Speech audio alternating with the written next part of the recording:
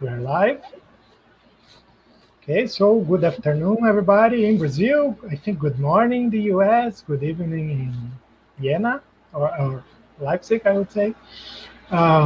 We are going to have the second talk of the day. The title is Cavell on putting the human animal back into language and therewith back into philosophy. The speaker is Professor Arata Hamawaki.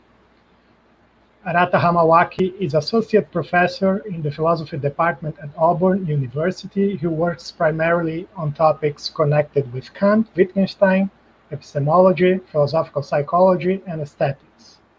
The respondent will be Professor Richard Eldridge. He is a lecturer in philosophy at the University of Tennessee, Knoxville. He's the author, more recently, of Werner Herzog, filmmaker and philosopher, and Images of History, Kant, Benjamin, Freedom, and the Human Subject. He is the general editor of Oxford Studies in Philosophy and Literature, the editor of Stanley Cavell, and co-editor with Bernard Rye, I don't know if I got it right, of Stanley Cavell and Literary Studies. So thank you, Arata. Thanks, Richard. And you have the floor. Just let me know if you need anything. Okay, well, thank you very much for the introduction, Jonas, and thank you for inviting me to this wonderful conference. I'm very happy to be here, be in this virtual space together with you all. So I have two handouts. One is a handout of passages. The other is a handout which sort of gives the outline of the paper. If you do have the outline of the paper, feel free to make use of it. Just kind of keep track of where I am in the presentation. I won't be referring to that explicitly very much. I will be using the handout of passages as I go through the paper.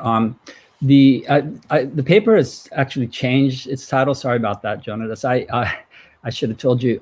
It's instead of that very long title that Jonas just gave, I just have a very short title, just like Stanley Cavell and What We Say, where the "we say" is italicized. I'm sorry, I noticed that the title was changed, but I wasn't sure if it was supposed to change the title of the conference. So sorry. Yeah, no, that's my fault. I should have. Yeah, it's the same paper. It's just I just changed the title. There's one feature that some of what I say is going to involve in writing. It involves the use of italics, and I sort of blame Stanley Cavell for this. He is very fond of using italics to make points. In fact, some of the points he makes are very difficult to make without the use of italics, I think. There's an argument, there's the discussion of Malcolm and Auburn on criteria, where Cavell's response, I think, essentially involves the use of italics there. My friend and colleague, Kelly Jolly, calls it the argument from italics. So I'm gonna later on in the paper, I'm gonna signal the italics by going like this or something like that, just to indicate. Okay. So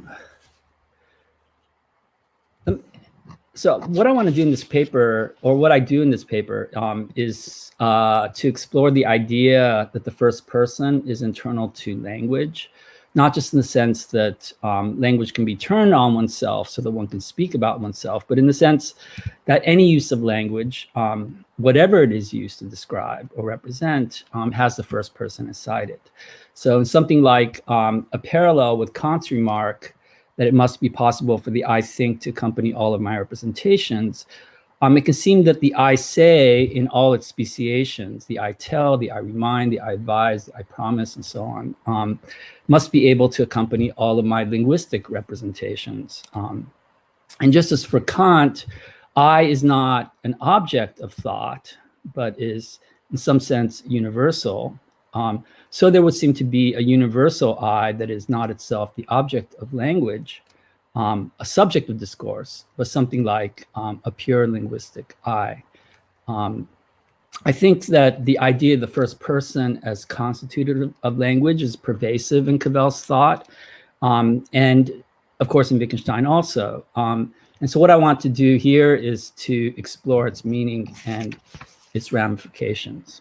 I'm going to read from passage number 1 to begin this presentation. So in Aesthetic Problems of Modern Philosophy, Stanley Cavell writes, the philosopher, appealing to everyday language, turns to the reader not to convince him without proof, but to get him to prove something, test something against himself. He is saying, look and find out whether you can see what I see, wish to say what I wish to say. Of course, he often seems to answer or beg his own question by posing it in plural form. We say, we want to say, we can imagine, we feel as if we had to penetrate phenomena, repair a spider's web. We are under the illusion, we are dazzled, the idea now absorbs us, we are dissatisfied. But the plural is still first person. It is not, to use Kant's word, postulate, that we, you and I and he, say and want and imagine and feel and suffer together. So what is the significance of Cavell's point that the plural we in the philosopher's appeals to everyday language is still first person? That is the question I want to explore in this paper. Before I go further, I just want to enter sort of 2 caveats. One is that I'm going to be restricting my remarks to the few early papers in Must We Say that I mentioned, and parts 1 and 2 of the Claim of Reason. Although during discussion, I'm very happy to have anyone bring in, texts from other writings of Cavell's. The other thing, and this I think might be a bit annoying to people. It's a bit annoying to me, actually. I'm going to be using the phrase ordinary language philosopher rather indiscriminately, in the way that I think sometimes Cavell does, especially in his earlier writings. But as you'll see, I'll be drawing, mostly on Wittgenstein, but I won't be sort of doing any work in trying to make this what comes under this phrase ordinary language philosopher, ordinary language philosophy, more specific in this paper.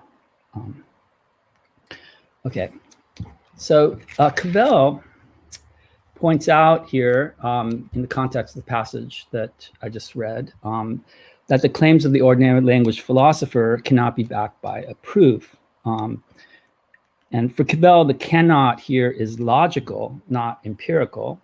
Absence of a proof isn't a deficiency in them, but rather shows what kind of claim it is. A feature Cavell thinks that links them with aesthetic judgments, which is one of the topics in Aesthetic Problems of Modern Philosophy.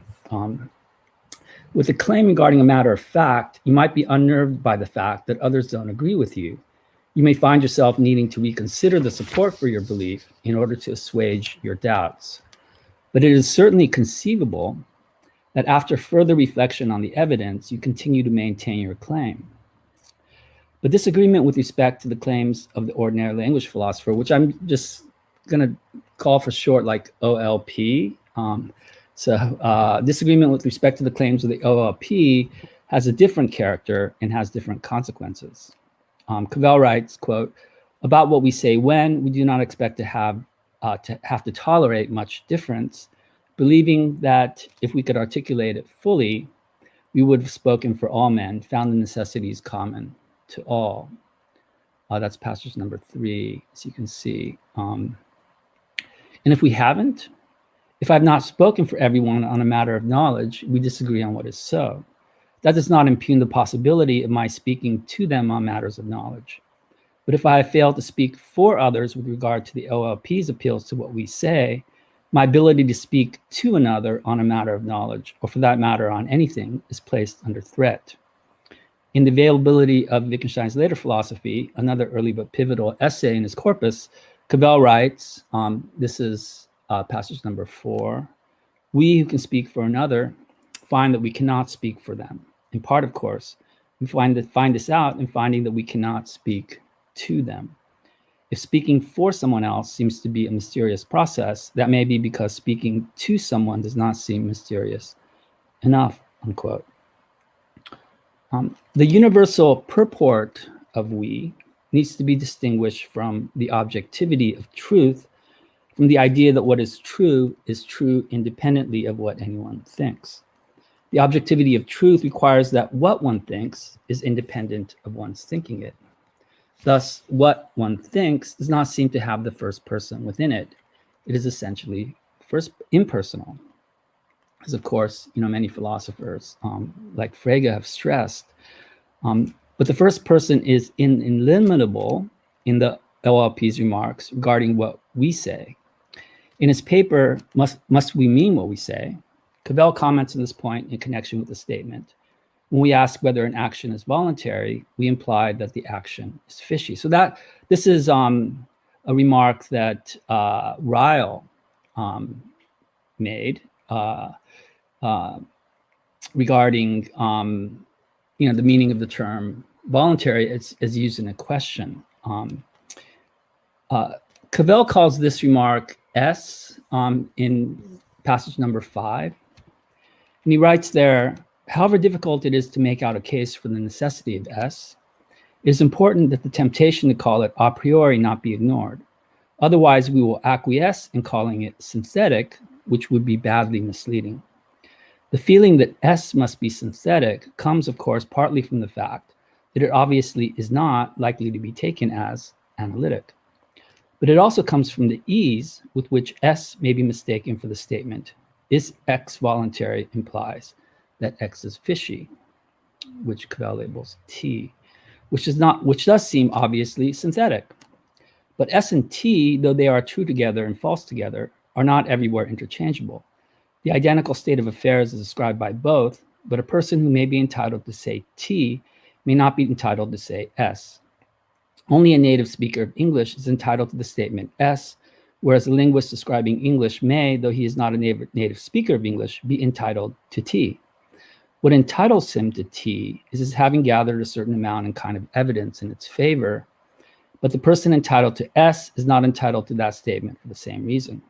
He needs no evidence for it, but there is nothing he needs, and there is no evidence, which it makes sense in general to say he has. The question of evidence is irrelevant," unquote. This passage can be regarded as an elaboration on Cavell's remark that the OLP does not postulate that we, you and I and he, say and want and imagine and feel and suffer together. That was from the first quote I read. That is, his appeals to what we say are not to be understood as hypotheses or inferences, either from one's own case or from the observation of other speakers. In fact, the OLP's remarks concerning what we say are not to be understood as factual statements about a given group of speakers, however wide the net is cast, to all human beings, to all persons, even to all rational beings. For if it were, we could be replaced with a suitable third person term. Given the commonly assumed dichotomy between the descriptive and the normative, it may be tempting to conceive of the OLP statements as normative, not statements about what we do, will, or would say, but statements about what we ought to say. That would be perhaps a way of finessing the dichotomy between analytic and synthetic that Cavell brings up in the passage I just read. But I think that mischaracterizes the nature of the OLP's appeals, for we must understand those appeals as lying at the limit of the distinction between the normative and the descriptive. The very idea of the normative presupposes that we can make sense of a violation of the norm. For example, suppose that it is a norm of gift exchange, that if one receives a gift, one is obliged to return a gift of roughly the same value. But how would we describe a situation in which someone immediately returned the gift she was giving, thinking that by doing so, she would be conforming to that norm? Would such a person have violated norms regarding gift giving? It will seem rather that such a person evinces a lack of understanding of what a gift is and what giving a gift is. I can give you norms of gift giving, but I can't say what counts as giving a gift, so as to ward off all such possible failures of conformity to the norms of the practice of gift exchange. This is passage number 8. Now, Jonas, if you can scroll down to 8. Thanks. You cannot use words to do what we do with them until you are initiate of the forms of life, which give those words the point and shape they have in our lives. When I give you directions, I can deduce only exterior facts about directions. For example, I can say, not that road, the other, the one passing the clapboard houses, and be sure to bear left at that railroad crossing. But I cannot say what directions are in order to get you to go the way I'm pointing, nor say what my direction is, if that means saying something which is not a further specification of my direction, but as it were, cuts below the actual pointing to something which makes my pointing finger point. Unquote. The LLP statements regarding what we say articulate those commonalities of mind that are a condition of following this or that rule or norm and are not themselves to be cast as rules or norms. Thus, the indicative form is essential to the nature of the OLP statements. Apart from these commonalities, the rule itself begins to stammer. The pointing finger ceases to point. Wittgenstein famously wrote, if I've exhausted the justifications, I've reached bedrock and my spade is turned, then I'm inclined to say this is simply what I do.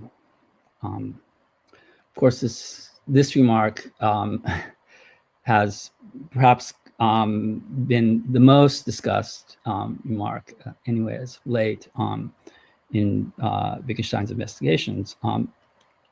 Notice he doesn't say, I'm inclined to say this is simply what one ought to do, nor should the statement be understood as reporting a psychological fact about oneself, as I think Saul Kripke interprets it.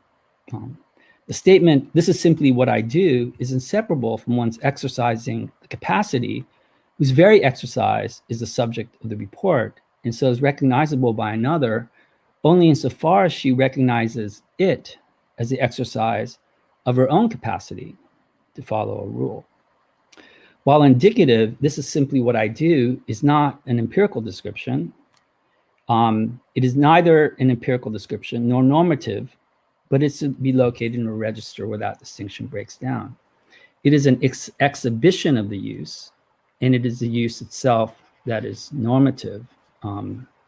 So this is, I don't know if I have this passage. Could you scroll down a little bit? Yeah, passage number 12. Cavell writes, there, the normativeness which Mates felt, and which is certainly present, does not lie in the ordinary language philosophers' assertions about ordinary use. What is normative is exactly ordinary use itself.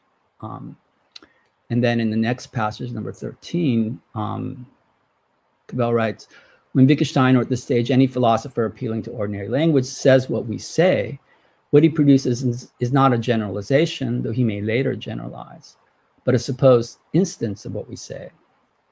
We may think of it as a sample. The introduction of the sample by the words we say is an invitation for you to see whether you have such a sample or can accept mine as a sound one. One sample does not refute or disconfirm another. If two are in disagreement, they vie with one another for the same confirmation. The only source of confirmation is ourselves.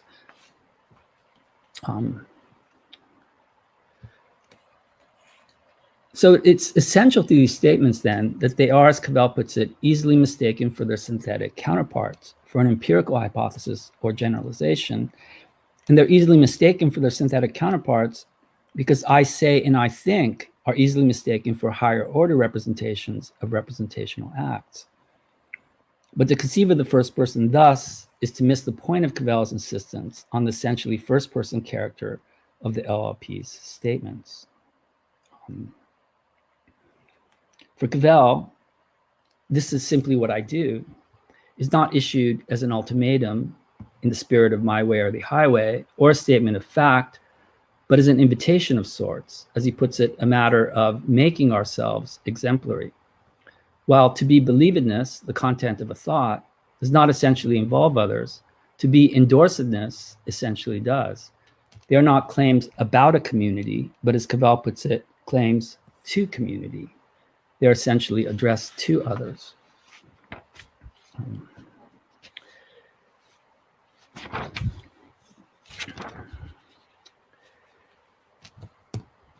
Of course, it may be objected that if what Wittgenstein says is true, we can never explain how a child learns a language in the first place. In a certain sense, that's right, at least on a certain philosophical understanding of what an explanation would consist in. But what Cavell takes from this point is not that it raises a difficulty in explaining how a child learns language. Rather, he takes to show that in learning a language, the child is not simply learning the meaning of words. This is quote number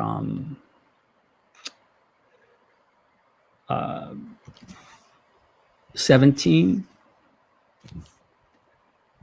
I skipped a bit of the paper here. So in learning language, you learn not merely what the names of things are, but what a name is. Not merely what the form of expression is for expressing a wish, but what expressing a wish is. Not merely what the word for father is, but what a father is. Not merely what the word for love is, but what love is. In learning language, you do not merely learn the pronunciation of sounds and their grammatical orders, but the forms of life which make those sounds the words they are, do what they do.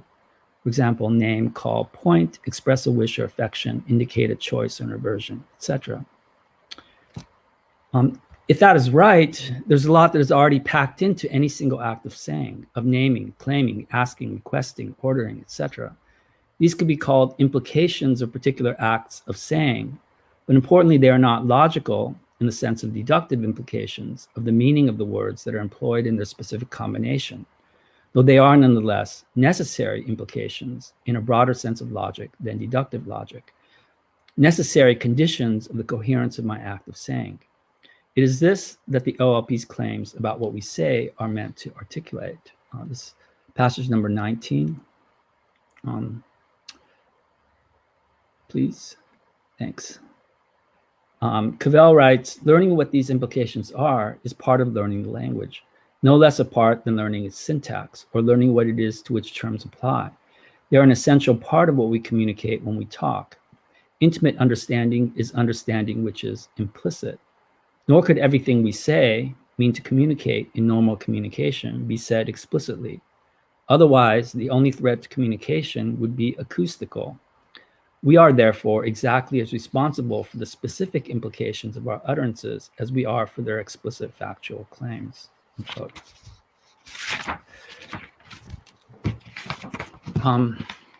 So that's the first part of this two-part presentation. Sorry. Let me just sum up that part with the following. So the OLP's appeals to what we say is not transparent to deliberation regarding what to believe, as is I believe or I judge.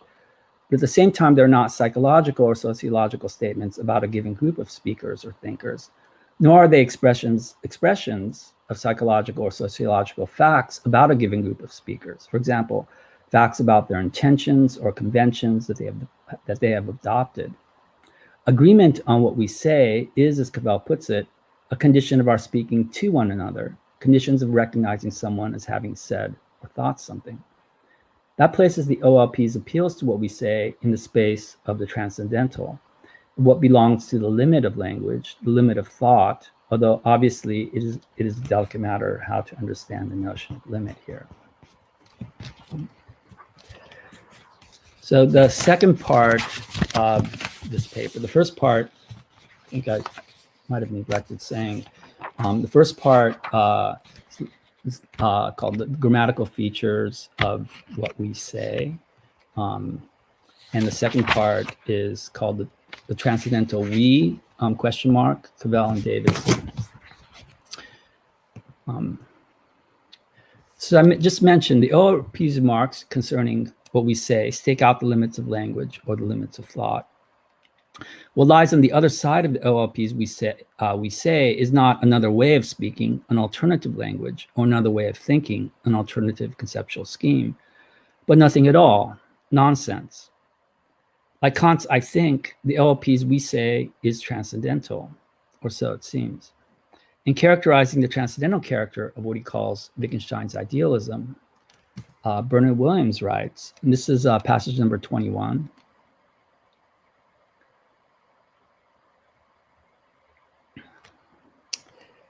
So this is a rather long passage, but I'll read it because the rest of the paper is really kind of a commentary on this passage. Since the fact that our language is such and such, and thus that the world we live in is as it is, are, as presently construed, transcendental facts. They have no empirical explanation. Anything that can be empirically explained as that certain external features of the world are this way rather than that, or that we, opposed to the Hopi Indians, or again as opposed to cats, see things in a certain way, all these fall within the world of our language and are not the transcendental facts. In particular, in the sense in which we are now speaking of our language, there could be no explanation of it or correlation of it with the world in sociological terms or zoological or materialistic in any of the several current senses of that expression. However, while we could not explain it in any of those ways, we could in a way make it clearer to ourselves by reflecting on it, as it were, self-consciously exercising it. Not indeed by considering alternatives, for what I'm presently considering can have no comprehensible alternatives to it, but by moving around reflectively inside our view of things and sensing when one began to near the edge by the increasing incomprehensibility of things regarded from whatever way out point of view one has moved into. What one would become conscious of in so reflecting is something like how we go on. So of course, like the how we go on sort of echoes, Wittgenstein's famous, this is what I do. Right? The contrast Williams draws here between empirical and transcendental is similar to the one that Cavell makes between the statements of the OLP and the statements of the empirical linguists. Empirical idealism is the view that truth is a function of facts that could be empirically discovered about us, understood as the empirical linguist understands us, namely as this group of people. And relativism can be regarded as the aggregative version of empirical idealism. By contrast, limits of the transcendental we are to be reached by, as Williams puts it, moving around reflectively inside our view of things and sensing when one began to near the edge. I want in the rest of this paper to focus on what this might mean. What is meant by inside our view of things? Does it mean inside our beliefs about things? Does it mean inside what we mean in saying the things we do? Williams evidently means something like the latter, since the supposed transcendental facts that he talks about are facts about our language, not about our thought or beliefs, at least not in the first instance. And since these facts are transcendental, they are facts about the world as well. The world is thus our world in the transcendental sense. But what is the relevant conception of meaning here? Perhaps a logical principle, such as the principle of non-contradiction, has a sort of transcendental standing that Williams may have in mind. It is difficult to construe it either as the content of a belief or as a normative requirement. It seems hard to cast it as the content of a belief, since it is difficult to grasp its opposite. And it seems hard to cast it as a norm of belief formation, since it is difficult to countenance a failure to observe the norm. There seems to be an intimate connection between holding the principle of non-contradiction and believing anything at all. The principle of non-contradiction seems to belong to the universal I think that is a condition of the empirical I think, a condition of someone's having particular beliefs. It constitutes the unity of mind, both my own and between my mind and other minds. That is a condition of having representations of objects and is not itself a representation of an object. This gives expression to the necessity of the principle of non-contradiction. The transcendental standing of this principle gives expression to how it could both be a principle of thought and figure as a constraint on truth. It expresses the limit of thought. It is not itself a content of thought. Donald Davidson patterns his response to the skeptic about our knowledge of the external world on such reflections on the transcendental standing of the principle of non-contradiction. For Davidson, the objective validity of the principles of logic rests on the fact that they are what must be held in common as a condition of mutual comprehension between speakers. Following Quine, he writes, and this is passage number 22, the only and therefore unimpeachable method available to the interpreter automatically puts the speaker's beliefs in accord with the standards of logic of the interpreter, and hence credits the speaker with the plain truths of logic, unquote. Davidson extends this point about logical truth to truth in general. This is the next passage, number 23. Analogously, it is impossible for an interpreter to be largely wrong about the world, for the interpreter interprets sentences held true, which is not to be distinguished from attributing beliefs, according to the events and objects in the outside world, the cause of sentence to be held true, unquote. He argues that it is difficult, indeed impossible, to countenance ascribing beliefs to someone whose beliefs are in the main false, and thus that it is transcendentally necessary that the bulk of our beliefs are true. The fact that Davidson conceives of the transcendental argument he gives as an extension of the principle of non-contradiction is revealing from our point of view. The principle of non-contradiction governs a possible content of thought. No thought that violates the principle of non-contradiction is a coherent thought. Similarly, Davidson argues that agreement in so veridicality of belief is a condition on the ascription of coherent thought. Without agreement in so veridicality of the preponderance of our beliefs, it is impossible to ascribe meaning to speech acts of assertion. Davidson can be viewed, then, as following out Williams's idea of moving around reflectively inside our view of things and sensing when one began to near the edge, as Williams put it. We begin to near the edge when we try to ascribe beliefs to another that in the main differ from our own. And what we realize when we do this is not just that we cannot help but project agreement with our own beliefs in the interpretation of others. Our being unable to do so is not just a fact about us and our own limitations, whether we conceive of those limitations as empirical or transcendental. What we discover is not that we are stuck behind the veil of our own beliefs, or together, with others in like a communal veil of beliefs, but that there is a limit to the intelligibility of the very idea of massive error.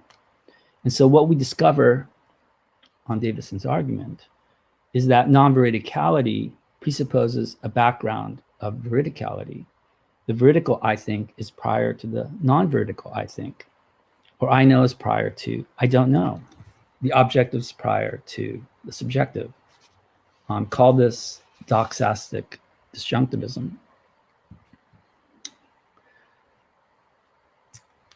But what Davidson means by meaning, I think, is not what Cavell means. And so what for Cavell would count as, quote, moving around reflectively inside our view of things, unquote, must be understood differently. So what I'm going to do in the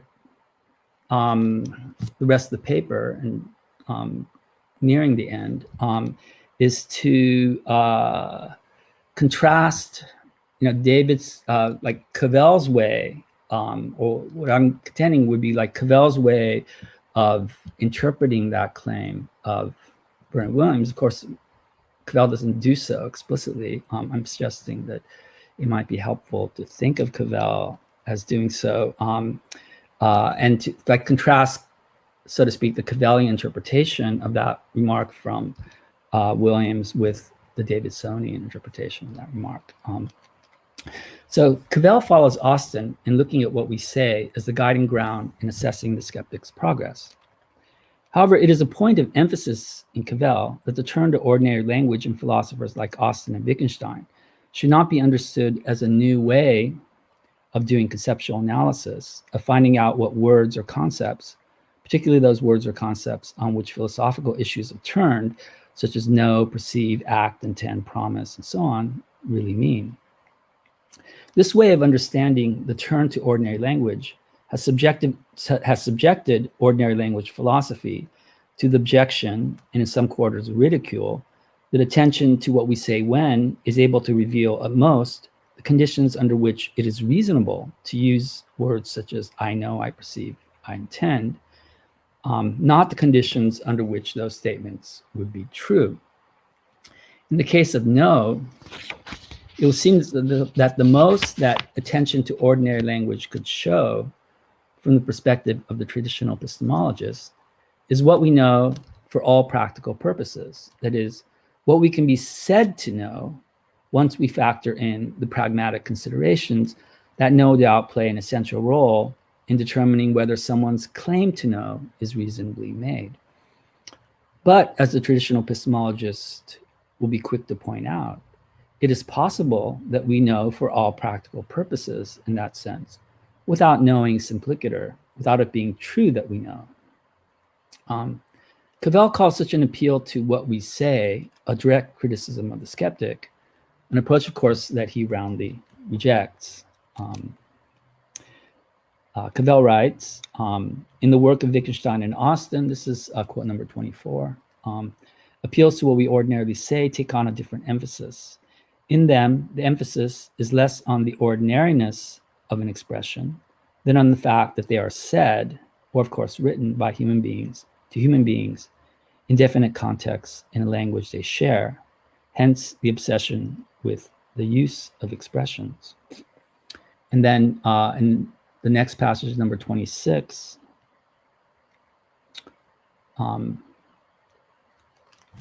Cavell continues, Wittgenstein's motive, and this much is shared by Austin, is to put the human animal back into language and therefore back into philosophy. That was the original title of my paper. He undertook, as I read him, to trace the mechanisms of this rejection in the ways in which, in investigating ourselves, we are led to speak outside language games, consider expressions apart from and in opposition to the natural forms of life which give those expressions the force they have. What is left out of an expression, if it is used outside its ordinary language game, is not necessarily what the words mean.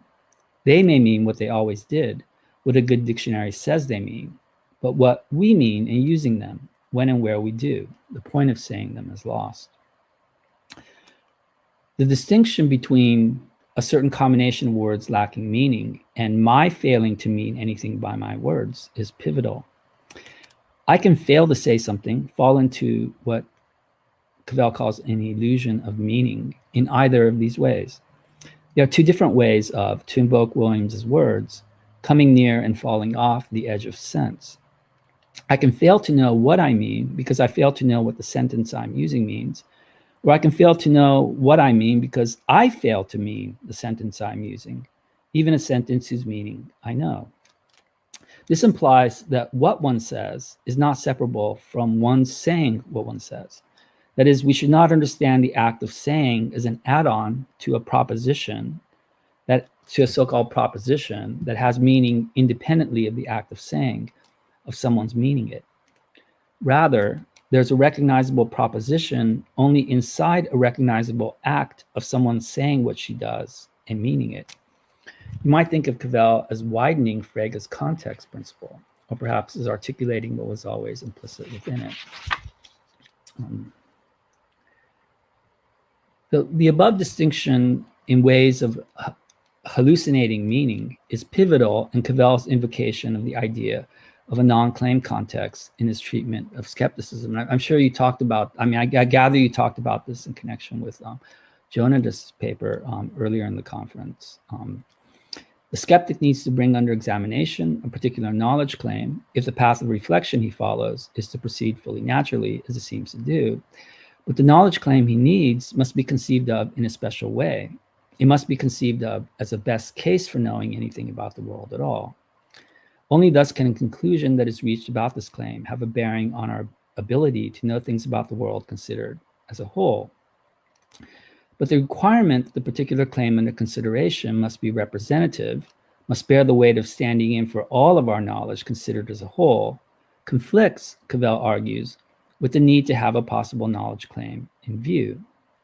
This is because it is, Cavell maintains, a condition of performing an act that would count as making a claim that, quote, this is number 28, there must in grammar be reasons for what you say, or be point in your saying of something, if what you say is to be comprehensible, unquote. However, if there is a point to your claim, it would be in Clark's words, implaned. Conclusions reached about the validity of the claim would fail to extend to the validity of our knowledge as a whole. So, Cavell then formulates the dilemma of the traditional investigation of knowledge in a way that I think that probably all of you are very familiar with this passage. There's a conflict between two desires that that traditional philosophers has. One is or two needs, that the traditional philosopher has to satisfy. It must be the investigation of a concrete claim if its procedure is to be coherent. It cannot be the investigation of a concrete claim if its conclusion is to be general.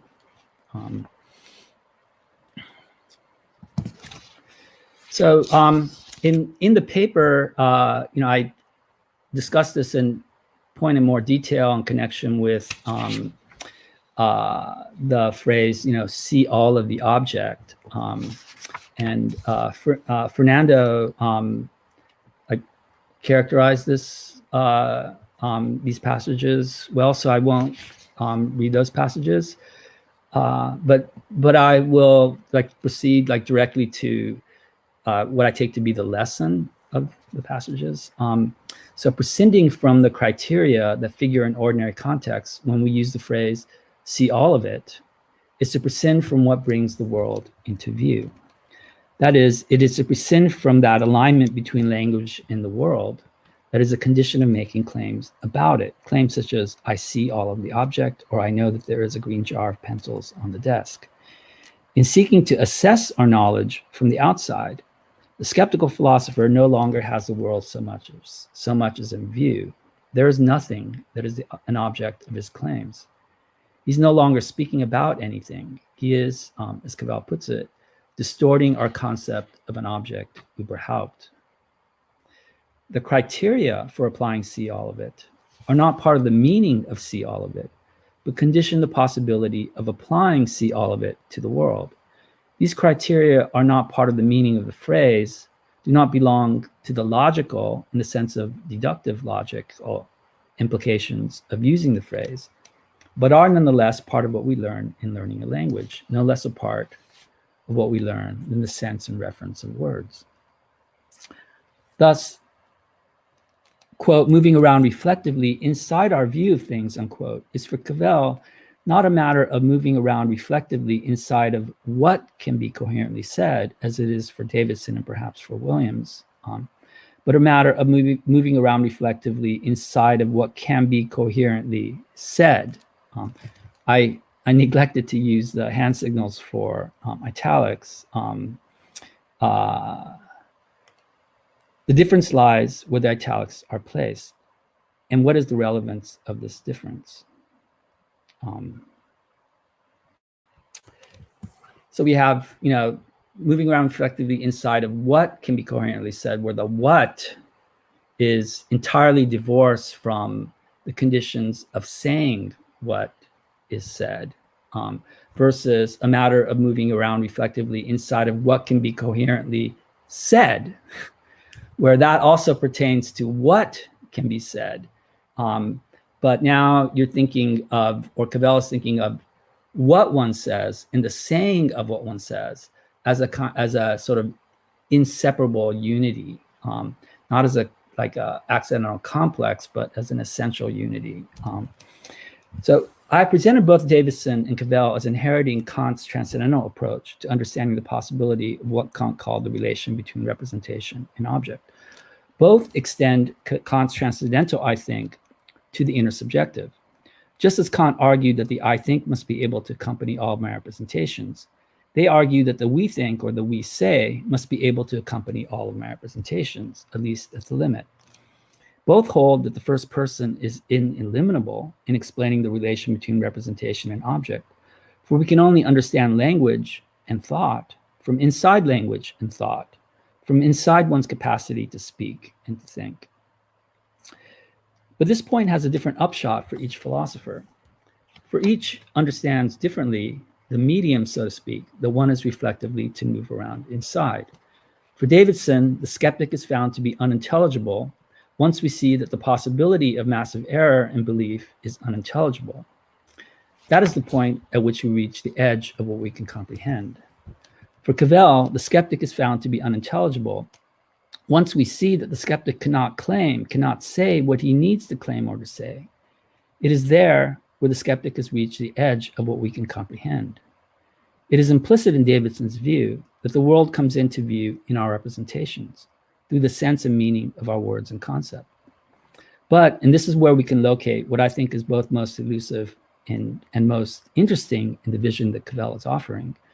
For Cavell, the world coming into view requires agreement on the criteria of what counts as applying concepts and words to the world, where that is not something that is implied by the meaning of the concepts and words. If Kant is a precursor of Cavell, it is the Kant of the third critique. What Cavell calls criteria seem to belong to what Kant calls the power of judgment. For Cavell, my relation to the world as a whole is not through representation. The world as a whole is rather shown in the act of saying, in what counts as an act of saying. This is one way of interpreting what he calls the truth of skepticism. My relation to the world and to others in general is not one of knowing. So from Cavell's perspective, Davidson has not succeeded in putting the human animal back into language and therewith back into philosophy. And he hasn't done so because he has in his account of the meeting of minds in linguistic communication, as subtle and in some ways profound as it is, neglected altogether what Cavell calls the coherence of what I mean or what I say. For Davidson, the relevance of the act of assertion, the need to identify such performances in the situation of radical interpretation, is that it gives the interpreter a window onto the speaker's attitudes of holding true. Thus, sharing a world with others is a matter of sharing our beliefs about what is so. But for Cavell, we share a world insofar as we share criteria for what counts as telling someone something, making a request, issuing a command, and so on, doing all those things that can only be done in language. It is in sharing such criteria, in agreeing on the OLP's claims about what we say, that we can agree or disagree with regard to propositions. It is only on the basis of such shared criteria that we can, to use terms from the Tractatus, recognize the symbol in the sign. This is the last paragraph. This point is related to another important difference. Davidson's situation of radical interpretation is not one in which one person addresses another, but is rather one in which someone who is observing an act of address is trying to discern what the speaker means and believes. Although it is not the position of a linguist looking on from the outside, it is still fundamentally third personal. For Davidson, the idea of an objective world is necessarily the third term of a triangulate, what Davidson calls a triangulation between at least two thinkers. Language is essential in the relation between thought and world, because it is only through interpreting the speech of another that I can ascribe beliefs to the other, and so ascribe beliefs to myself, since, as Davidson argues, I have a conception of that of which my beliefs are about, only insofar as I think of the objects of my beliefs as that which is the common object of our beliefs.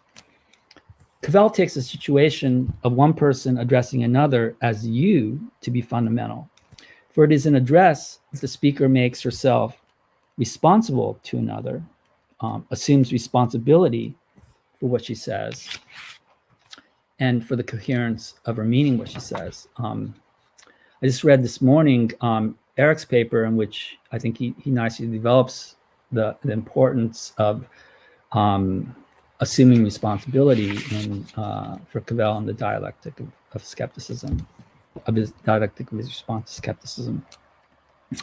For Cavell, we have a world only as a participant in address. The world is not that which is shared by an I and he or she or they, but I and you or we. For Davidson, the object is a third person, is the third term in a triangle whose other terms are I and she or he. For Cavell, the object is the third term in a triangle whose other terms are I and you. It is only inside the Cavellian triangle that each term can be what it is. It is only inside the Cavellian triangle that there can be a we, a meeting of minds rather than just a matching of them. For all his talk of shared beliefs, Davidson doesn't really explain how it could be that we can know, reason, and act together, how we can constitute ourselves as we. This is something that can only be done in language, it would seem. But acts of speech then must be seen not just as windows onto our psychological states, but as the vehicle by which we bind ourselves to one another, and so thereby constitute a we. The we say constitutes the possibility of addressing and so binding oneself in the act of address to someone. For Cavell, I say and we say are not representations, but rather express the act of committing oneself to one's addressee, taking responsibility for making sense. It is only inside acts of taking responsibility for what I say and what we say that the world comes into view. You could say then that Davidson doesn't take on the other half of what Cavell formulates as a truth of skepticism. My relation to others in general is not one of knowing, but of acknowledging. And so from Cavell's perspective, in so doing, Davidson falls into what Cavell calls skepticism. I'll stop there. So I'm sorry I went on too long. Oh, that's fine. Thank you, Arata. We are on time. So Professor Richard, would you like to take the word? Good, yes. Am I audible to everyone? Yes. Good.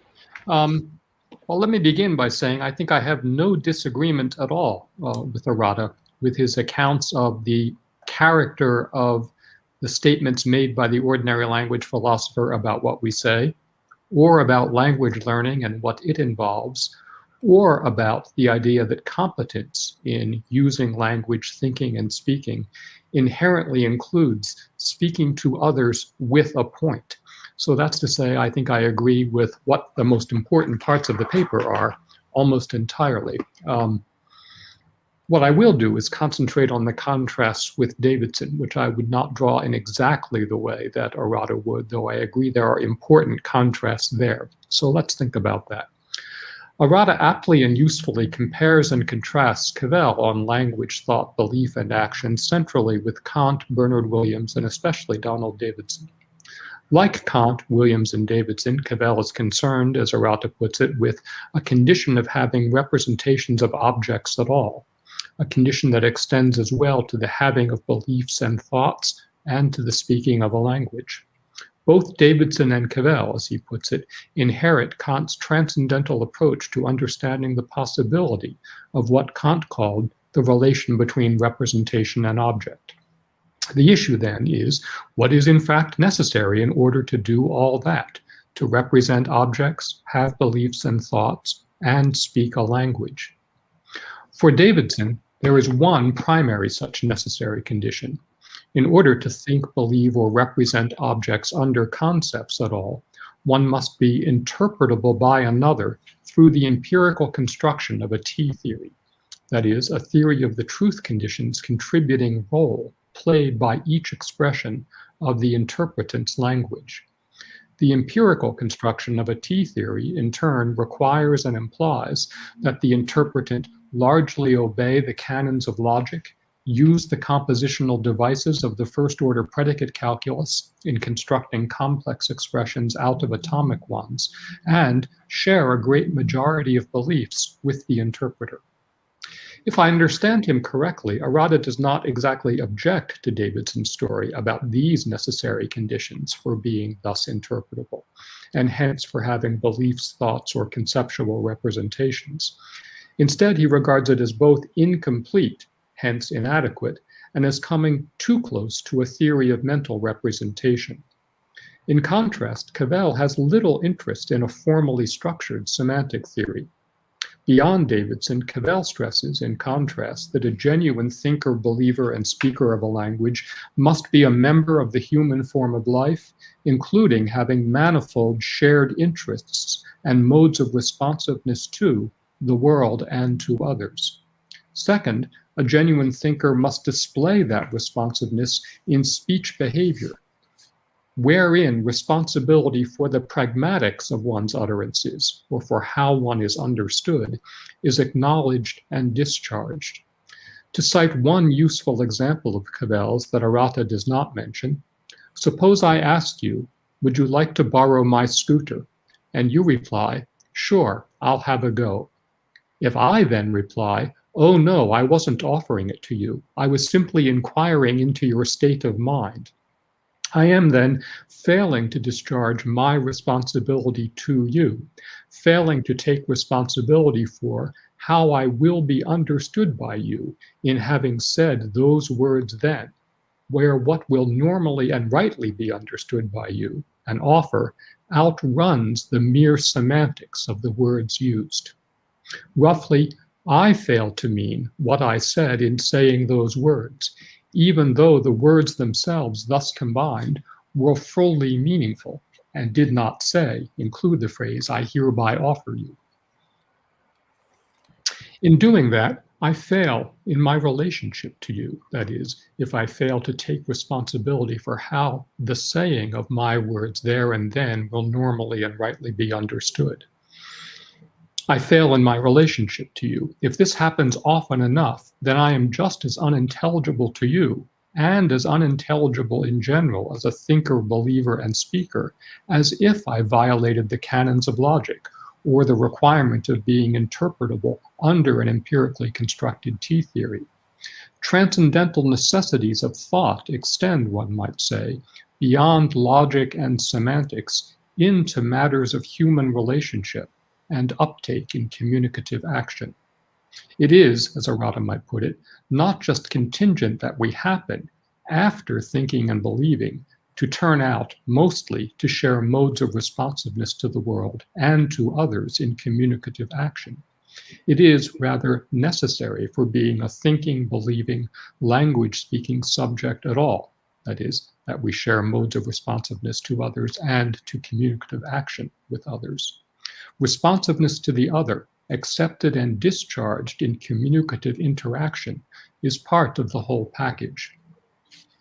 All of this, every bit of it, seems to me true and important. The comparison with Davidson is apt, as is the stress on the significance of responsible communicative interaction with other subjects for Cavell. Like Arata, I think Cavell is right to stress this, and that this stress has enormous implications for how we understand thought, language, belief, meaning, and action, for how we understand being a subject in the relevant sense at all. Arata goes on to extend Cavell's story to an analysis of skepticism. The problem with the skeptic is not that his words are meaningless, it is rather that he cannot be coherently understood as making a genuine claim about how things in particular are to another subject. Or, in Cavell's words that Arata cites, the skeptic's procedures must be the investigation of a concrete claim if its procedure is to be coherent. That is, it must be the kind of claim, the truth of which we can investigate and adduce evidence for and against, such as, for example, there is cheese in the cupboard, just look and see. But to go on, it cannot be the investigation of a concrete claim if its conclusion is to be general. That is, the insinuation entered, maybe an evil demon is deceiving me, must have implications for all knowledge claims, rather than being the kind of thing we can investigate and induce evidence for and against in more or less ordinary ways. All this, too, this set of reflections about skepticism, is both authentic Cavell and important. And the fundamental thought being that the skeptic is not responsibly entering a genuinely discussable claim to another subject. I have now, however, two questions about all of this, the second of which is perhaps more important than the first. The first question has to do with Davidson and semantic theory. Might be of some interest to people to know that I was, in fact, for a brief time, a student of Davidson's, but never a student of Cavell's, in fact. It seems to me to be worth remarking that Davidson is perhaps less distant from Cavell and Wittgenstein and Ryle, in one way at least, than Arata perhaps suggests. What I mean is that for Davidson, semantic and epistemic attitudes, assigning truth-conditioned contributions to expressions, those are semantic attitudes, and having beliefs, or actually holding some sentences to be true, those are epistemic attitudes, are, for Davidson, themselves essentially theoretical entities. They are postulated by the interpreter in order to make intelligible the speech behavior of the interpretant. They are in no way entities in mind. In fact, as I'm going to go on to say, Davidson rejects the whole idea of the mind as traditionally considered. Hence, Davidson is fundamentally interested in understanding the distinctive, multiple attitude expressing actions of subjects in the world, not in any kind of representation that is divorced from action. This is clear enough, I think, in his rejection of the very idea of a conceptual scheme that is distinct from having a set of largely apt commitments to how the world is that are displayed in action. And here's a passage from On the Very Idea of a Conceptual Scheme.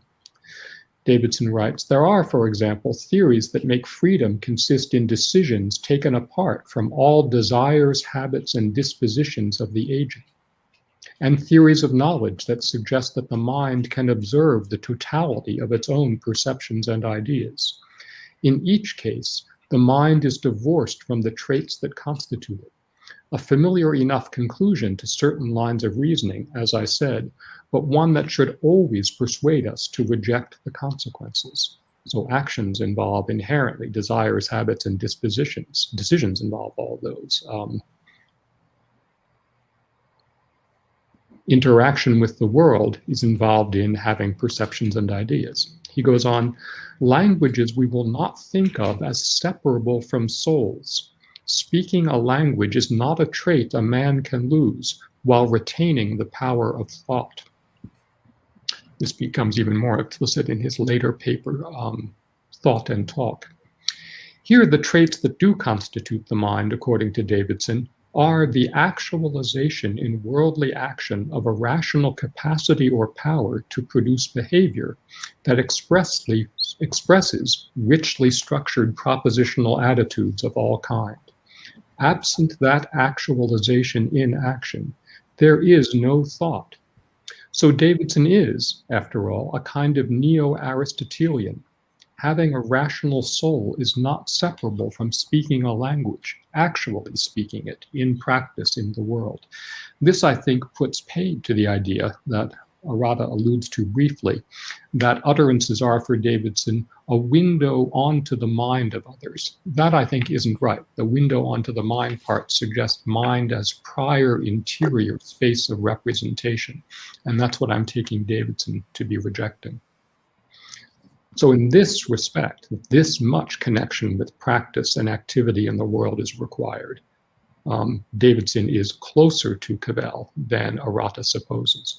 The point about the difference centering around responsiveness to others remains, however, and is vitally important.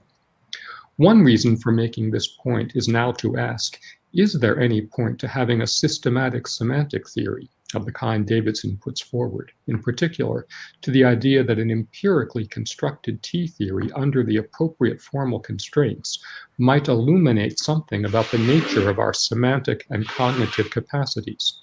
Again, this will not be a description of entities in mind, nor will it be any kind of processing theory. Instead, it will be an elucidatory description of what we do in speaking, that stresses the fact that our utterances and our performances in using them manifest a systematic structure. Words and their syntactic and semantic features are there, I think, before any individual object is, and we must somehow latch on to these features, features that can be systematically characterized, even if that systematic characterization of our semantic competence is an incomplete characterization of our overall linguistic competence and competence in thinking. These features can be systematically characterized, and we must latch on to them in order to speak and think successfully, in order to play the game. Emma Borg's book, 2012, Pursuing Meaning, is a good defense of this line of Davidsonian thinking against radical contextualism, supposedly inspired by Wittgenstein, in the style of Recanati or Travis, Francois Recanati or Charles Travis. This seems to me, at any rate, to be a point that Cavell perhaps missed, and I wonder what Arata thinks about this. The second question, perhaps more importantly, Arata's citation of the claim of reason on the skeptic's dilemma, the incoherent need for both a claim context and a non-claim context, where you can't have both at once, seems to present this dilemma as a refutation of skepticism, or as something like the last word on its incoherence. I wonder how this squares with Cavell on the truth of skepticism. In listening to Arata, I'm not so sure he was as committed to the idea that this counts as a refutation as I'm making it out to be here. What I'm really going to ask for is more on what he thinks the truth of skepticism looks like. So incoherent the skeptic's procedure may be, I think. What the skeptic says is certainly not just another argument of the kind that might pop up in daily life, or at least in daily life unfreighted with crisis. But Cavell, I think, takes us also all to be prone to crisis, to overwhelming experiences of being unable to fit into the world and with others, smoothly and with assurance in one's action, and thus prone further to flee from such crises and from engagement with others into some claim to some perfect knowledge within, as well as into actions such as Othello's that express this flight. In the grip of this kind of existential anxiety, however it happens, and for Cavell it does happen, it just doesn't happen by argument. However it happens, the words of the skeptic, however incoherent, will present themselves as apt as any words could be to capture one's situation. And the way out will then be through a restoration of trust in the world and in some others in it, however, wherever, and to whatever extent that is possible. And that's a good question. How, wherever, when, and to what extent is the restoration of trust in the world and in others possible? For my money, pursuits of happiness is actually the most interesting answer to that question. So now I wonder what Arata thinks about all this. Does he or doesn't he retain some hope that with the right understanding of thought and language, we might refute skepticism? Or must we somehow accept and acknowledge the truth of skepticism, live with it, and live our ways out of it as best we can in practice, without ever quite knowing others or the world absolutely?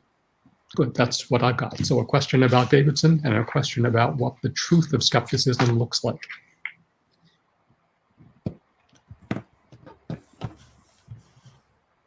Well, thank you so much for that, Richard. That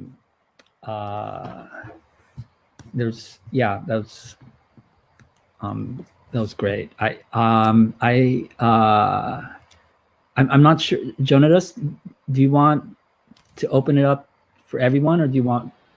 I think it would. Try to respond. Normally, we wait for the first round of discussion and then I open to everybody. So please go ahead if you want to respond. Okay, I was hoping that I could stall a little bit. We can do that. No, it's all right. It's always nice to see other people too, if they're willing to be seen. Oh, you could show other people. Maybe Let's see. try and respond then.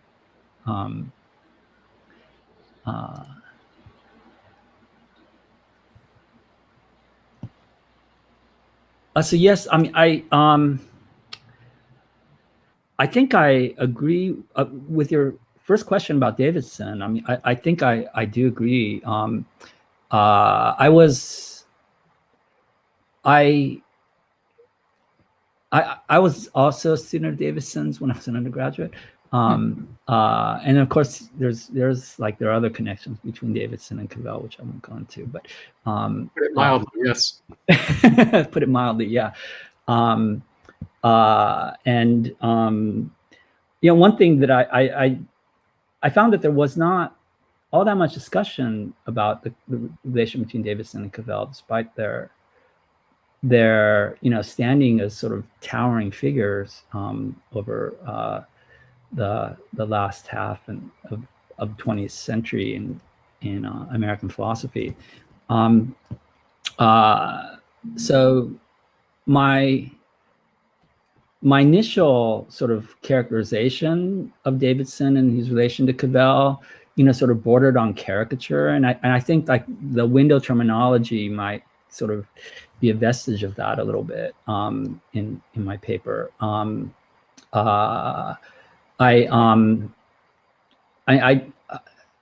working on this paper, I do have a better appreciation for the affinity between them, and partly it's reading on McDowell's papers on Davidson, I think helped me appreciate this better, and I think that like the question dash sort of objection that Richard was making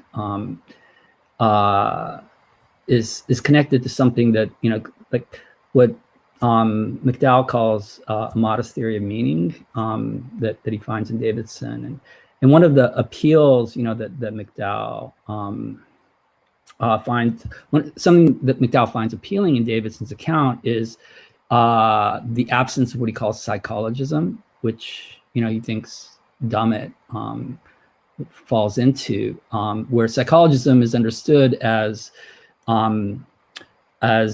using like so-called linguistic behavior as like a source of evidence for inferences about what might be like the mental causes of that behavior, and what like McDowell appreciates in Cavell is in Davidson, that was an interesting slip on Davidson, that like mindedness, I think the way that McDowell puts it, mindedness is, as it were, directly exhibited in the behavior.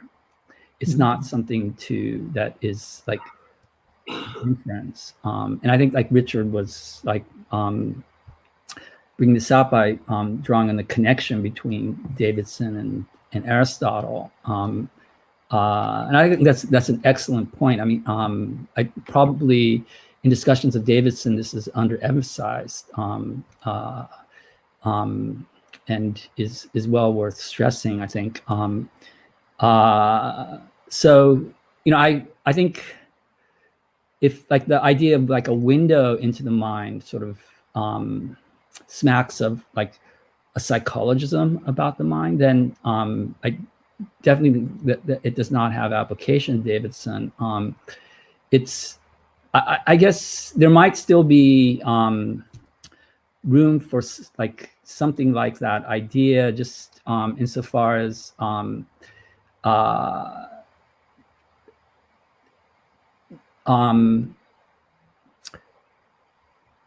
the enterprise. It's still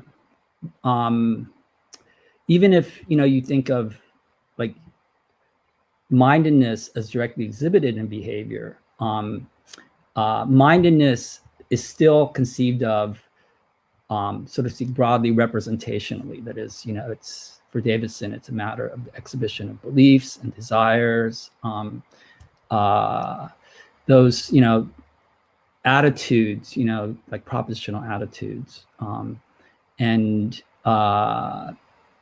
for Cavell, like, I mean, of course, like his stress on criteria, as, so to speak, a condition of propositionality, a condition, so to speak, of our having propositional attitudes at all, is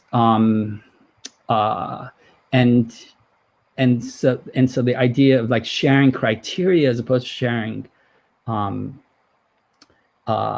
belief and meaning, where those are sort of, as it were, thought of as self-standing independent of our sharing of criteria. I mean, it seems like that is really, I think, what I was trying to get at, by using the window terminology. I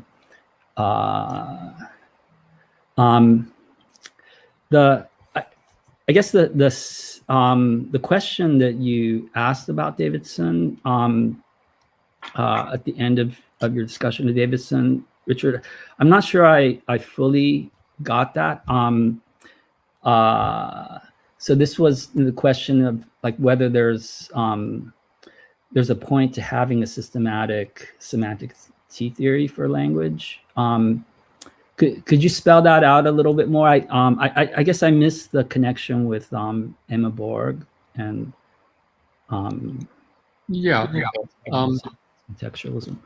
Let me say, I think the distance is not even as great as you just made it out on this point. Okay. For Davidson, that I speak in such a way that an interpreter can assign truth condition contributions to the expressions I use is pretty much a way of saying that in order to be intelligible, I must use words according to criteria that are available to the person who interprets me. I think this is a fully transcendental necessity for Davidson also. Mm-hmm. On the difference, though, I think what Davidson is doing is trying to give I'm suggesting you can have it both ways in a way. That what he's doing is giving a minimal theory or modest theory of meaning in McDowell's terms that gives a partial characterization of the structure of what turns out to be a fairly systematically structured capacity. It's a way of taking up the Wittgensteinian thought that there's no learning just the meaning of a word. You have to use how to, in order to speak a language, you have to learn how to use words in connection with other words, knowing their syntactic features, how to fit them together, and what to use Brandam's terminology, what the material implications of words are. All that's necessary for something like sapience in Brandam's terminology. I'm kind of prepared to go with Davidson on all that. But yeah. I think I would put the difference then as saying that's only one aspect of all the transcendental necessities that attach to being a subject in the relevant sense. Equally important is the stuff Cavell stresses, that we must have pragmatic competence, responsiveness to others, and how we will be understood by them. I don't think Davidson denies that, but he certainly doesn't stress it as much as Cavell does. But Cavell doesn't stress the systematic character of the semantic bit of the competence, the structured part of that. I think we can have that both ways. And then the other big difference, I think, is that Cavell thinks that in our responsiveness to others,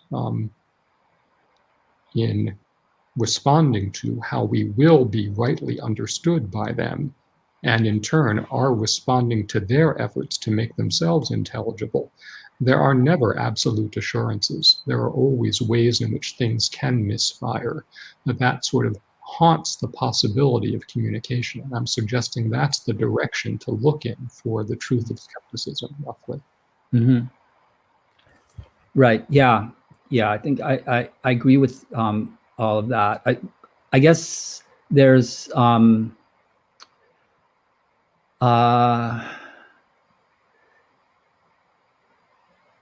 so we're suggesting, Richard, that Davidson's like idea, like conception of interpretation, in a sense presupposes what Cavell calls criteria, but does not articulate them or does not sort of bring that to the fore, but it actually presupposes, and it's, whereas like Cavell sort of can be understood as like articulating what like a Davidsonian account of meaning would need, is that, if we wanted an account of not really in competition with one another, they're just right. If we wanted an account of semantic meaning as distinguished from pragmatic effect, wanted an account of what Austin calls locutionary meaning. And I think there are some reasons for wanting that, I was suggesting. I think Davidson is the right place to look, because the vocabulary of truth conditions and truth condition contributions gives you a way to capture the systematic and structured character of that semantic competence. But of course, grasp of the systematic and structured part of it, Cavell rightly sees, is not the whole of our linguistic competence. The pragmatics really matter. When I say, would you like to borrow my scooter? You say, sure, and I say, oh no, I wasn't offering it. I am incompetent as a speaker to you in that situation. Right? That's got to be emphasized as well. And Davidson, I think, doesn't catch any of that. Yeah. So I guess I'm I mean, I see that there's that way of reading Davidson. I think that you may be right about that, but I wonder whether there isn't more of a contrast there. That it's hard to put one's finger on it exactly, but it seems like here's one thought. There's the language, the paper on metaphor, where in effect Davidson says the only theory of meaning you need for metaphor is my semantic theory. So the truth conditions of Juliet is the sun are Juliet is the sun is held true by Romeo at T, right. if and only if Juliet is the sun. That's the only story you need about meaning. The rest is all causal consequence. Yeah. But mere causal consequence is not the kind of thing you could take responsibility for or be held responsible for, I think. Right. And Davidson may miss all that, right? The way in which awareness of how we will be understood to communicate something to another subject that can sometimes outrun the semantics of what we say. Again, I think Davidson doesn't get all that at all, or has no account of it.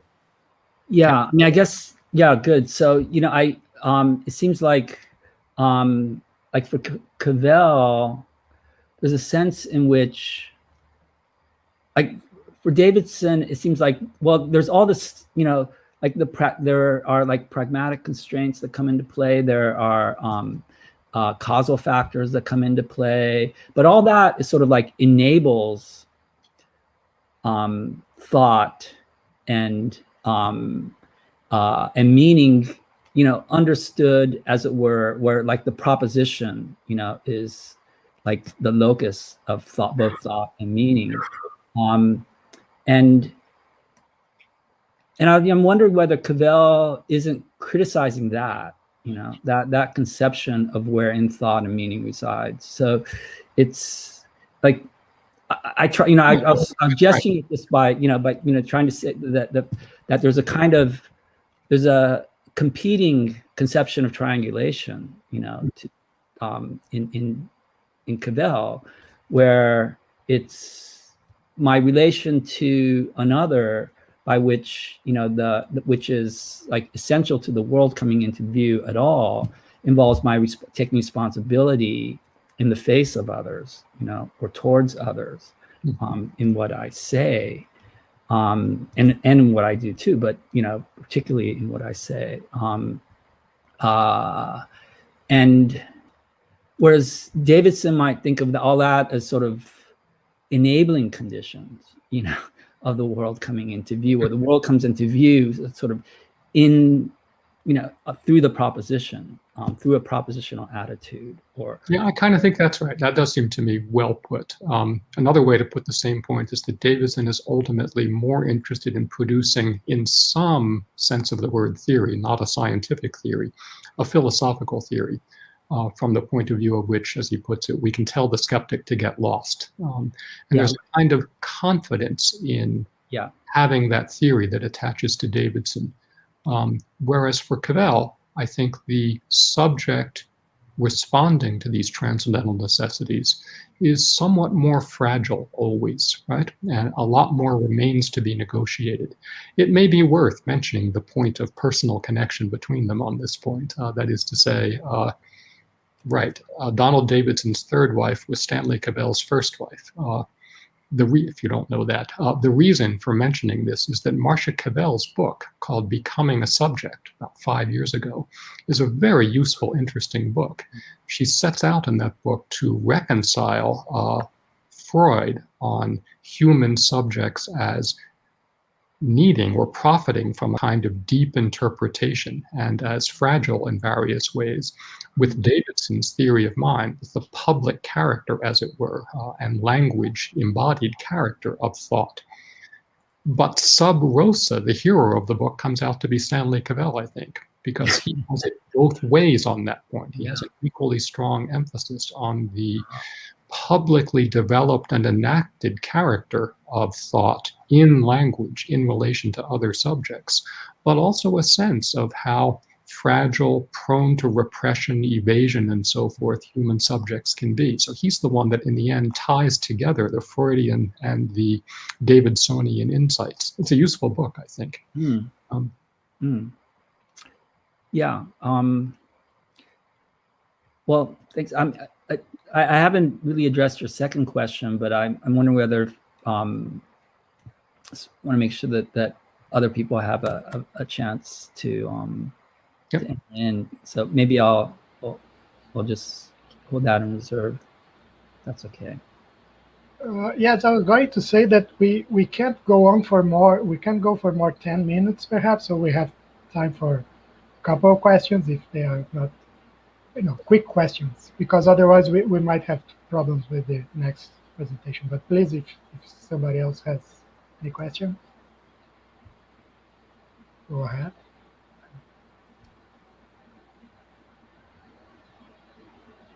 If you don't, I might have one. Well, I had a quick question that I think is connected to Richard's second one. In your handout, I think it's in your paper too, but I don't have it at hand. But on the outline of the paper, that handout, on item 16 at the end, there is one sentence here that I'm not sure whether it's supposed to be a quotation from Cavell or just a kind of allusion. You say that the world as a whole is shown in the act of saying, and it is not the object of acts of saying. And I was wondering if you can say more about the very idea of the world as a whole.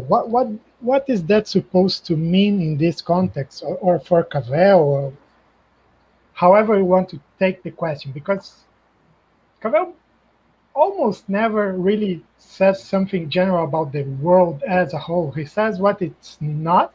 He says it's not, a big object.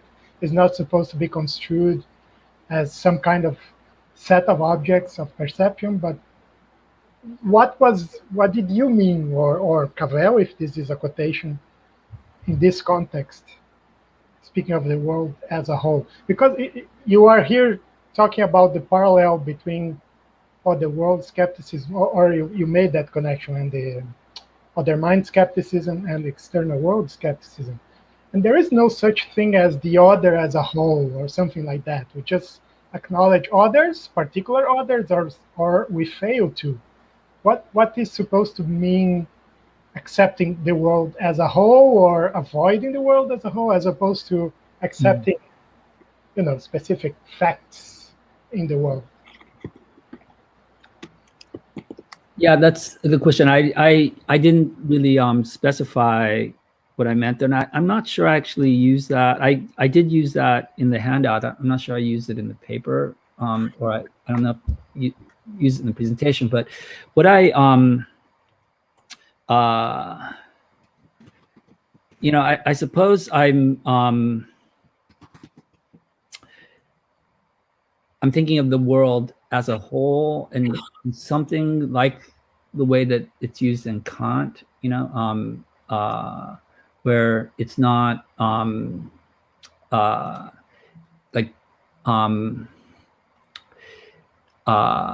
it's not like, in Kant, the world as a whole is not, of course, an object of knowledge. And yet we have, so to speak, he would put it, like we must, in our judgments about objects, make use of an idea of the world as a whole, and so they, I was thinking of like Cavell's criteria as, as giving us, as like the criteria they don't figure in, they're not, they have to do with like the application of words and concepts to the world. And yet in the criteria themselves, so to speak, in the interconnectedness between criteria, that constitute what Cavell, and like following Wittgenstein calls our natural form of life. That systematic interconnectedness between criteria sort of present the world as a whole. I mean, it's the interconnectedness of criteria, which, is the condition of our applying concepts and objects to the world. But it's not, but there's something, but the criteria themselves are not, further concepts that we apply to the world, but there's some sense in which they express, or if you collect, the criteria, as it were, and as the investigations does, and you see a kind of systematicity in our criteria, then there's something there, like, what Kant calls like the systematicity, the interconnectedness of world, where it's not, the world here is not a thing, it's not an object, but it's somehow essentially tied up to our capacity to think about objects. I actually think that what you must mean here, and this is just a short paraphrase, is the sense of world that Heidegger has when he talks about Welt as opposed to Erde. Right? There's a systematically structured way of concernfully dealing with things under concepts. That's a world, right? That's by the way. Yes. Sorry. That's the way I normally, when I hear or read world in Cavell, I try to understand it in Heideggerian. Yeah, I think that's generally a good idea, right? Yeah, I think Erde is the thing that's presupposed and out there, but exceeds or withdraws from conceptual grasp. Yep. Right. There's a useful passage here, helpful passage here from this is number 39. I don't know if you could put it back up. It's from page 31 and 32 of The Reason, where he's like, Cavell is characterizing the nature of agreement and criteria and in form of life, and he does, like, he gives a gloss on the famous passage from Wittgenstein, section 242. He says it is. He says the idea of agreement here is not that of coming to or arriving at an agreement on a given occasion, but of being in agreement throughout, being in harmony, like pitches or tones or clocks, or weighing scales or columns of figures. That a group of human beings stimmen in their language Überein. He's referring to Überein stimmen, the term that is translated agreement. That a group of human beings stimmen in their language Überein says, so to speak, that they are mutually voiced with respect to it, mutually attuned top to bottom. And that's what I had in mind in the idea of the world as a whole. Yeah. Oh, whatever that means, I'm not sure. That was very good. Thank you. I was just, there is a question in the chat, but I don't know if anybody else has some other question, perhaps, but this is connected to the discussion from Rafael. According to Cavell's thought, to which extent, I suppose, is that correct to say that I am responsible not only for what I say, but also for the maintenance of our communality? in a sense of the conditions of the intelligible. Yeah, I think those two topics are not separate. Yeah. Being responsible for what I say is a way of being responsible to and for my community, for how we are to go on together. There's a paper by Cavell called Politics as Opposed to What? The politics isn't added on or secondary. It's as it were built in as a problem already in one's coming to be a speaker and thinker of a language at all. So I think absolutely these two aren't even notionally separable for him. The claim to reason is a claim to self-knowledge, to what we say, but also a claim to community, to what we say, right? Yeah, that's right. I mean, Cavell says that explicitly, that in the passage about claims, that these claims about what we say are claims to community. And he goes on and says, this is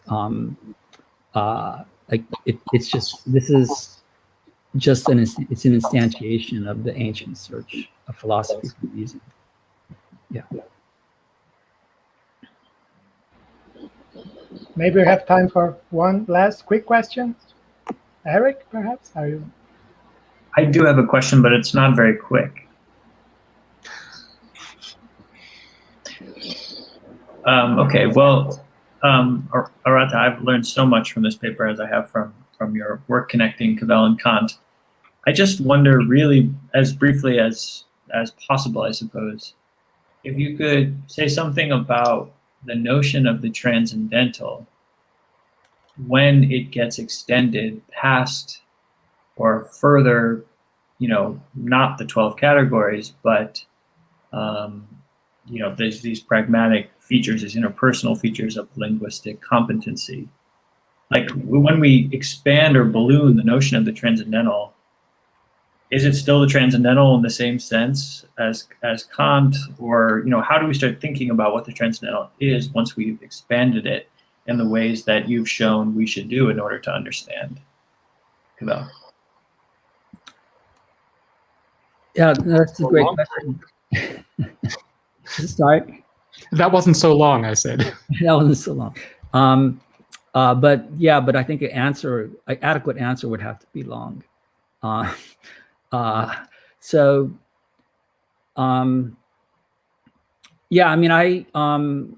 was sort of playing somewhat loosely with the notion of transcendental, kind of piggybacking on Williams, who plays loosely with it. And actually, like, Williams uses the notion of transcendental fact, which I'm not sure I fully understand what that notion is, but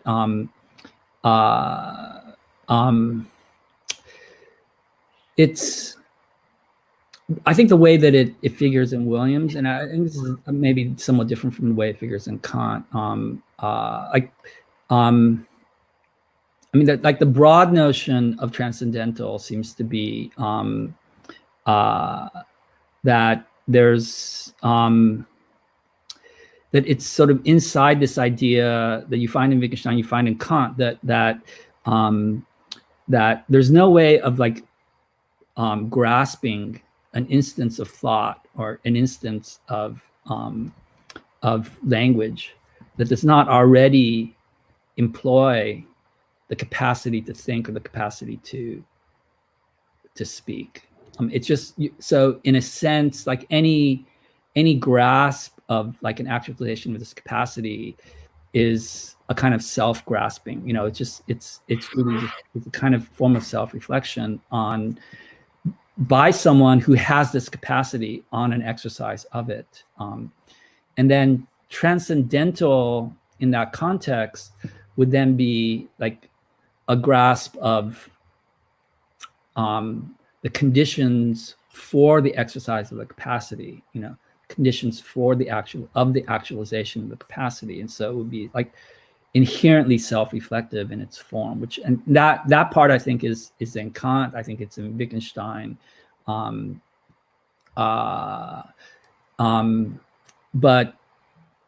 But now, if you, I guess one way I conceive of the inheritance of Wittgenstein that I think you find in both Cavell and not Wittgenstein, the inheritance of Kant, that you find in Cavell and Davidson is the extension of this idea now to language, where like language is now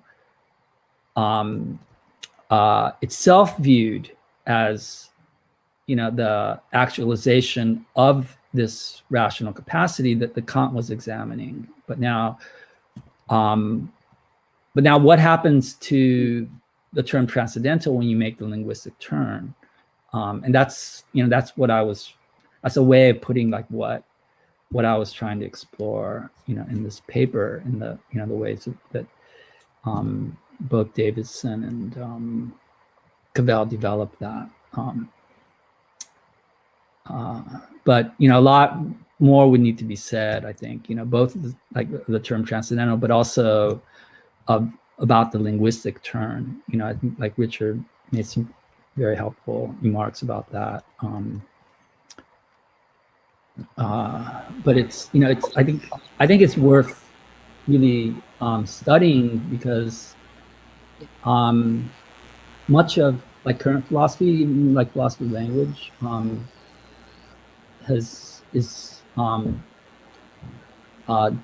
isn't operating within this, like the linguistic term, broadly speaking. Like it's like language in philosophy tends, like in much philosophy, my sense is in a way that it sort of tends to be viewed as just like one subfield within philosophy. Whereas in a sense, for both Davidson and Cavell, it's the subject matter of philosophy.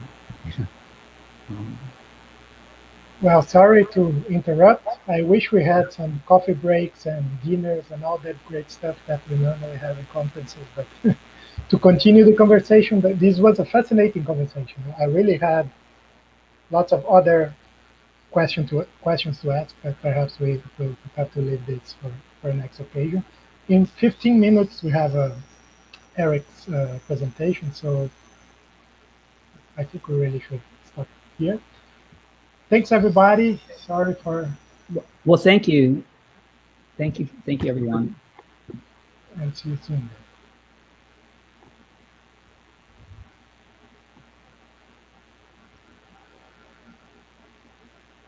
Buzzing noise. Am I the culprit?